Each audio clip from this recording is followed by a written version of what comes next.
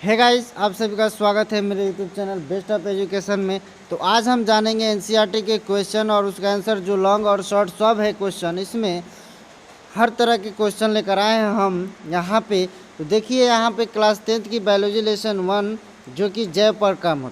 आप तो देखेंगे यहाँ पे हम जैव परकम से रिलेटेड कुछ क्वेश्चन एनसीईआरटी के। तो यहाँ पर पहला क्वेश्चन है कि प्रकाश संश्लेषण के लिए कच्चा सामान पौधा कहाँ से प्राप्त करता है। जो प्रकाश संश्लेषण होता है उसके लिए कच्चा सामान पौधा कहाँ से प्राप्त करता है, यानी जो प्रकाश संश्लेषण यानी प्रकाश के माध्यम से जो भी हमारे पौधे भोजन बनाते हैं उसके लिए कच्चा सामान कहाँ से लाते हैं।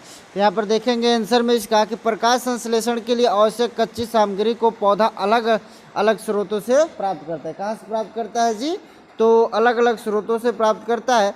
जैसे में पर्णहरित हमारा है, ये प्राप्त करता है पत्ती के हरित लौक से। कहाँ से करता है? हरित लौक से करता है, ये हमारा पर्णहरित। दूसरा है कि कार्बन डाइऑक्साइड कहाँ से प्राप्त करता है, तो कार्बन डाइऑक्साइड प्राप्त करता है वायुमंडल से। कहाँ से प्राप्त करता है जी? वायुमंडल से करता है। तो अगला हम देखेंगे तीसरा, यानी जल कहाँ से प्राप्त करता है, तो जल इत्यादि और भी जो भी हमारे पेड़ पौधे को चाहिए वो कहाँ से प्राप्त करते हैं, तो मिट्टी यानी मृदा से। कहाँ से? तो मृदा से। तो आइए अब हम अगला क्वेश्चन देखते हैं। तो ये क्लियर हो गया ना कि प्रकाश संश्लेषण के लिए कच्ची सामग्री कहाँ से। तो याद रखेंगे कि अलग अलग स्रोतों से प्राप्त करता है। पहला पर्णहरित जो कि पत्ती से, कार्बन डाइऑक्साइड जो कि वायुमंडल से, और जो हमारा जल इत्यादि है वो कहाँ से प्राप्त करता है, तो मृदा यानी मिट्टी से करता है। तो इस वीडियो को जरूर अंत तक देखते रहिएगा ताकि इसमें और मज़े आने वाला है क्वेश्चंस में। तो आइए अब हम दूसरे क्वेश्चन लेकर आए। यहाँ पर देखिए दूसरा क्वेश्चन, हमारे अमाशय में अम्ल की क्या भूमिका है, यानी जो कि हमारे अंदर जो अमाशय होता है उसमें हमारे अम्ल की क्या भूमिका होती है वो आज हम जानेंगे। यहाँ पर देखिए पहला में दिया हुआ आंसर, देखिए क्या होता है कि अमाशय में पाए जाने वाले एंजाइम, यानी हमारे अंदर एंजाइम जो पाए जाते हैं वो भोजन का पाचन अम्लीय माध्यम में करते हैं। कहाँ करते हैं? तो अम्लीय माध्यम में करते हैं। किसका? तो भोजन का पाचन। तो आइए, अमाशय में अम्ल भोजन को अम्लीय बना देता है। कहाँ बना देता है? अमाशय में अम्ल को क्या बना देता है? भोजन को अम्लीय बना देता है। यहाँ पर देखेंगे ताकि जठर जो रस में पाए जाने वाले एंजाइम उसे पचा सके। जो हमारे अंदर जठर रस होता है उसके अंदर जो रस पाए जाते हैं उस एंजाइम को पचा सके। अब दूसरा देखते हैं कि सॉरी यहाँ पे भोजन होगा, भेजन हो गया, इसके लिए माफ़ी चाहते हैं आपसे। यहाँ पर देखिए भोजन के साथ बहुत से रोगाणु भी आ सकते हैं जो कि अम्ल के प्रभाव में मर जाते हैं।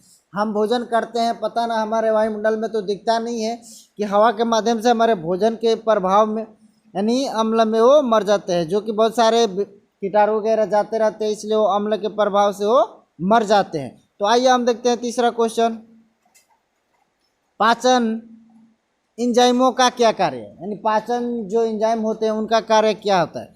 तो आइए देखते हैं कि एंजाइम उत्तर प्रेरक क्रिया द्वारा भोजन के जटिल अवयवों को सरल भागों में खंडित कर देते हैं। किसमें? तो सरल भागों में, यानी एकदम आसान भागों में, ताकि वे घुलनशील हो सके और शरीर में उनका अवशोषण हो जाता है। इसलिए हम कह सकते हैं कि एंजाइम हमारा उत्तर प्रेरक क्रिया द्वारा भोजन के जटिल अवयवों को सरल भागों में खंडित कर देते हैं, जिससे वे घुलनशील हो जाते हैं और शरीर में उनका अवशोषण हो जाता है। इसलिए हम यहाँ पे पाचन एंजाइमों का कार्य आसान से जान चुके।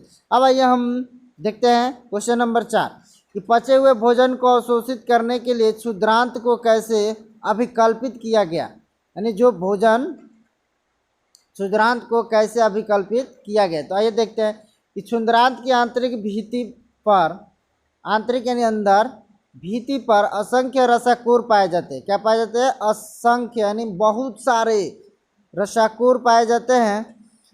इनमें रक्त वाहिकाओं एवं लिम्फ वाहिनी का जाल बिछा होता है। किसका? तो वाहिनी का जाल बिछा होता है। विसरण यानी फैलना, यानी विसरण क्रिया द्वारा भोजन का प्रोटीन, ग्लूकोज, खनिज, विटामिन इत्यादि रक्त में सोख लिए जाते हैं। किसमें? तो रक्त में, यानी ब्लड में, यानी खून में हमारे सोख लिए जाते हैं।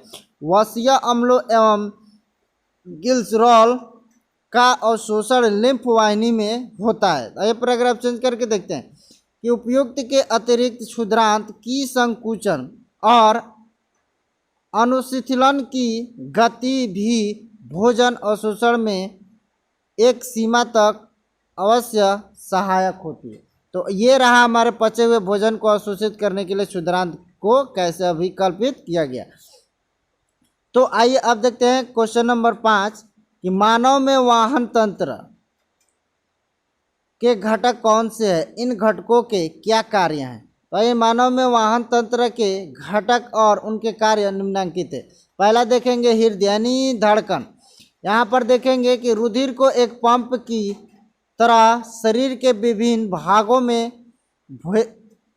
भेजना, अशुद्ध रक्त को शुद्ध होने के लिए फेफड़ों और गुर्दों में भेजना तथा शुद्ध रुधिर को शरीर के विभिन्न भागों में भेजना। तो हृदय का काम क्या होता है कि पंप की तरह शरीर के विभिन्न भागों में भेजना होता है, यानी जो हमारे ब्लड होते हैं उस हृदय का काम क्या होता है कि हर एक तरह से विभिन्न भागों में भेज देना है, और अशुद्ध रक्त को क्या करता है शुद्ध होने के लिए फेफड़ों में और गुर्दों में भेजना तथा शुद्ध रुधिर को शरीर के विभिन्न भागों में भेजना, ये हृदय का काम होता है।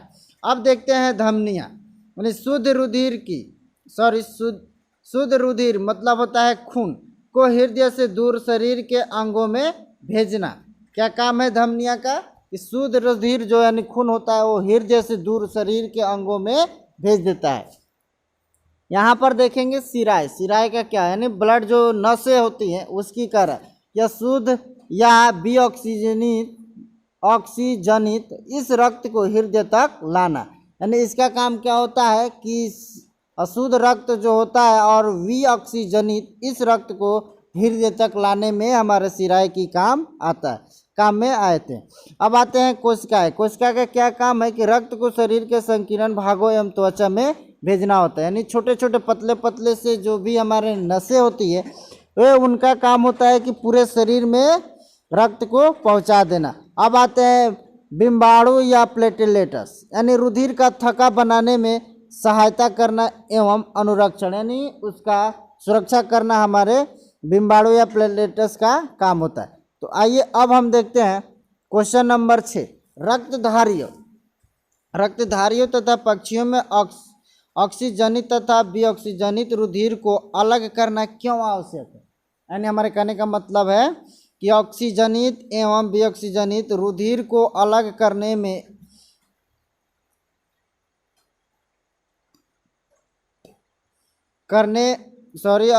क्यों आवश्यक होता है। यानी जो हमारे पक्षी और हमारे रक्तधारियाँ होती है उनको अलग करना क्यों आवश्यक। तो कह रहा है कि यहाँ पे आंसर में देखिए कि ऑक्सीजनित एवं विऑक्सीजनित रुधिर को अलग करने में शरीर के अंग ऑक्सीजनित की पर्याप्त आपूर्ति होती है। स्तनधारियों एवं पक्षियों में शरीर के ताप को समान बनाए रखने के लिए लगातार ऊर्जा की आवश्यकता होती है। जो हमारे पक्षी होते हैं और मनुष्य होते हैं इनके अंदर इनके शरीर के ताप को समान बनाए रखने के लिए हमें ऊर्जा की आवश्यकता होती है। अतः इन प्राणियों में दोनों प्रकार को रुधिर के अलग करना आवश्यक होता है। हमारे शरीर का टेम्परेचर लगभग 37 डिग्री यानी 98 फ़ारेनहाइट होता है, इसलिए हमारे और पक्षी का कुछ हम लोग से कम होता है, तो इसलिए इन दोनों को अलग करने के लिए ज़रूरत पड़ती है। तो आइए अब हम देखते हैं क्वेश्चन नंबर 7 कि उच्च संगठित पादप में वहन तंत्र के घटक क्या है। यानी उच्च संगठित पादप में वहन तंत्र के घटक क्या है। तो आइए देखते हैं आंसर इसका। उच्च संगठित पादपों में वहन तंत्र के 2 प्रधान घटक है। क्या है? 2 प्रधान घटक हैं। पहला है जाइलम जो खनिजों के जलीय घोल का वहन जड़ों से पूरे पादप में करती है, और फ्लोएम जो पत्तियों द्वारा संश्लेषित द्वारा भोजन को पूरे पादप में फैलाती है। यानी किसमें? पादप में फैलाती है। कौन? फ्लोएम। और जाइलम का काम होता है कि जो खनिज के जलीय घोल होते हैं वहन जड़ों से पूरे पादप में यानी पूरे पेड़ पौधे में फैला देते हैं पूरे टहनी में, और फ्लोएम जो पत्तियों द्वारा संश्लेषित द्वारा भोजन को पूरे पादप में फैलाती है। तो आइए क्वेश्चन नंबर 8 देखते हैं कि पादप में जल और खनिज लवण का वहन कैसे होता है। यानी हमारे पादप जो होते हैं उसमें जल और खनिज और लवण का वहन कैसे होता है। तो आइए देखते हैं। पादप में जल और खनिज लवण का वहन जाइलम वाहिनियों द्वारा होता है। किससे होता है? यहाँ पर पॉइंट नोट कर ली नोट करने वाला कि पादप में क्वेश्चन पूछा जाए कि पादप में जल और खनिज लवण का वहन कैसे होता है, तो जाइलम वाहिनियों द्वारा होता है। तो यहाँ पर पॉइंट मिल गया एगो। अब आते हैं कि प्रासरण के नियमानुसार यानी फैलने के यानी मृदा के कणों के बीच उपस्थित खनिजों का जलीय घोल जड़ों के मूल रोमों में प्रवेश करता है और इसी प्रकार उच्च सांद्रण से निम्न सांद्रण की ओर बढ़ता हुआ जाइलम वाहिनियों में पहुंच जाता है। वाष्पोत्सर्जन के कारण उत्पन्न खिंचाव प्रासरण दाब एवं कोशिका दाब के प्रभाव में जलीय घोल पौधे के शीर्ष भाग तक पहुंच जाता है। इसे रसारोहण यानी एसेंट ऑफ शिप भी कहते हैं। तो इस तरह से हमारे पादप में जल और खनिज लवण का वहन होता है।